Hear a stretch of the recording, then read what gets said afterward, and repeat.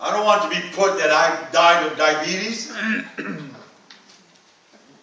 I don't even put down that his heart was broken because his grandchildren left.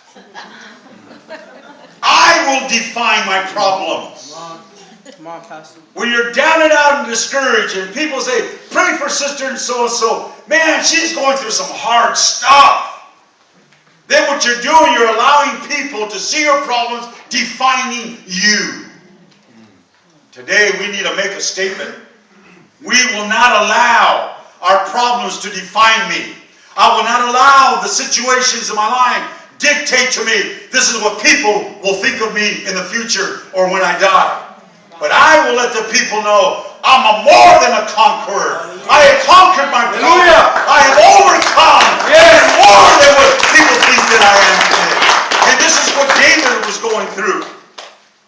David was not going to be defined by the giant that was mouthing him off. David was not going to allow that the nations would describe Israel as a nation that was being confronted by a giant.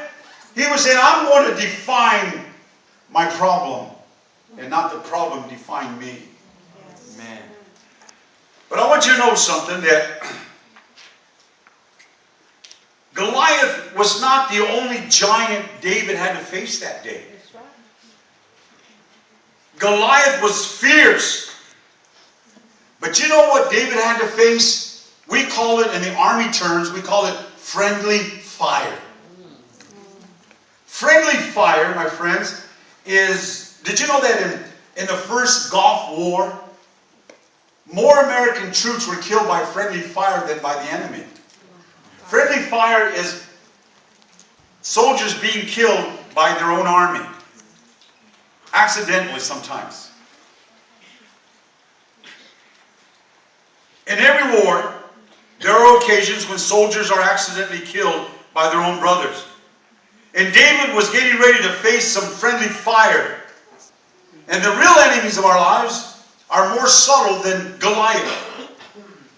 So I want you to consider real quick 4 enemies that we don't see in the Bible, and don't see here, because we only see Goliath. But we see these other enemies because we face them today. You and I face them today. The first giant that he had to face was this.